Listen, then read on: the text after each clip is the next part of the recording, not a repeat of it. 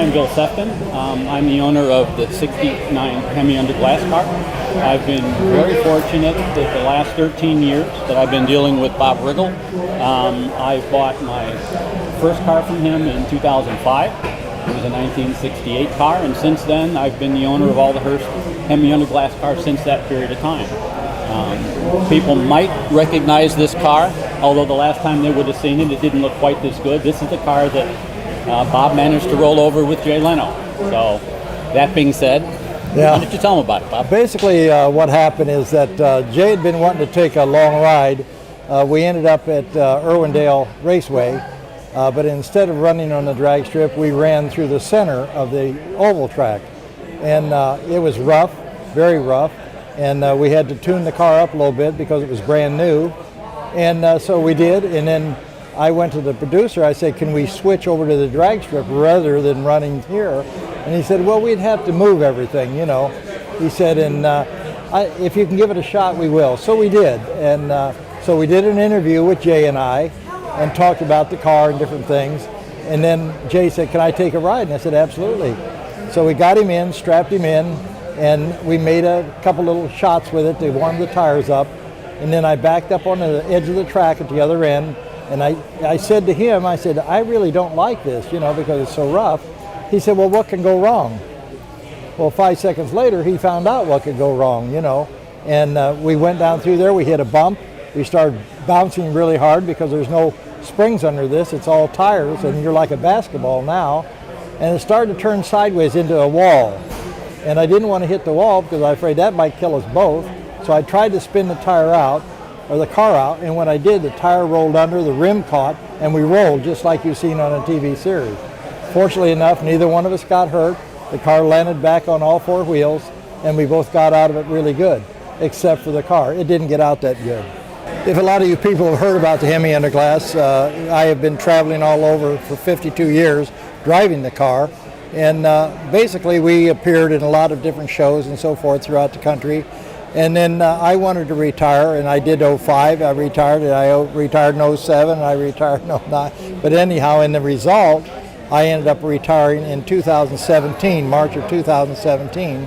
But we still show the cars, just like at the event we have here and so forth, because people still express interest in it. And there's a lot of things they want to know about the car. How did I get started? You know, how long did we run, that type of thing. And I do some of the things with car clubs, you know, and that in schools. I've done those also.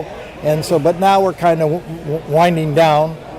Bill Sefton here owns the car, and it's in the process of being sold, and is going to a gentleman in Chicago. And Bill can tell you who that's going to be. You know, as I said, I've been very fortunate. I've been kind of the keeper of this brand for the last 13 years. Been very blessed to have struck up a great friendship with Bob, and you know, over the years, every time I've said, you know, hey, can we take the car somewhere, Bob says absolutely, or he asks me if we can take the car somewhere. My answer is absolutely. But now that Bob's retired, he retired last year, I think it's time for somebody else to take up the torch. So I've now sold, this is my last Hemi Under Glass, and I've now sold it to an individual in Chicago who has a lot of Hurst cars. His name's Joe Spagnoli.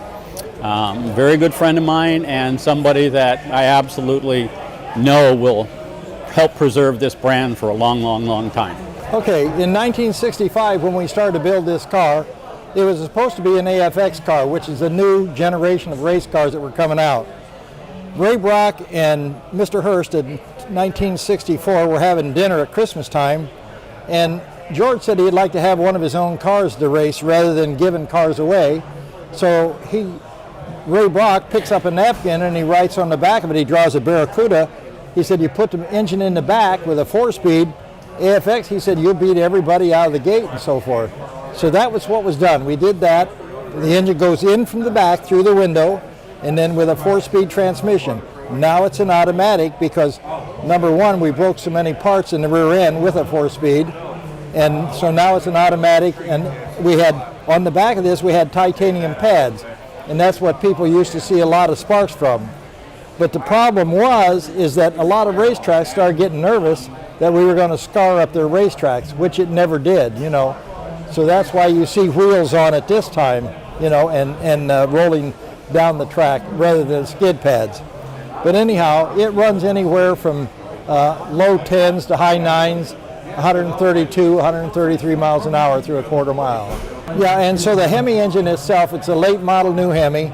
It's 468 cubic inches, supercharged on alcohol, puts out about 2,500 horse. And it, like I say, it's a performance car now. And the one thing, how did it get the name Hemi Under Glass, was George Hurst was standing back here when the car was being finished, and he goes, boy, that's going to look good with that Hemi under the glass. Hence the name Hurst Hemi Under Glass. That's how it started. So now I'll move around to the inside and show you basically, you know, the controls inside of it, because you can't just drive down the track in the air and expect for it to stay in its lane. The handle you see right here in the middle, that's the steering brake right there. If the car starts going to the right, you push it like you're turning the steering wheel. You push it, that applies the brake to this side over here and brings the car over this direction. And vice versa, if it wants to go to the left, you pull it back and you'll go to the right. At the same time, between doing that, you slap the shifter twice. You're in first gear, you hit, now you're in second, and then you're in third. And by that time, you're probably, I would say, 200 or 300 feet down the track, just roaring as fast as you can go. But it's very safe. I have a window in the firewall there that I can look underneath the axle and see where I'm going, and that's how I'm able to steer it, you know. And then when you go to come down, you let off the gas, and as it starts to drop, you get right back in the gas, and so it settles down real easy. It doesn't slam down. So, and that's the way you land it. Okay, you know, a lot of people may wonder what's under this hood here, and there basically isn't anything but support and a window to look out of, and also the roll cage inside. So in order to see that, I'm going to open it up, because it's an all steel front end, and you can see all the stock hood, stock tubs. There's the window I'm looking out of, and then this is all roll cage supporting the front end for when I'm landing.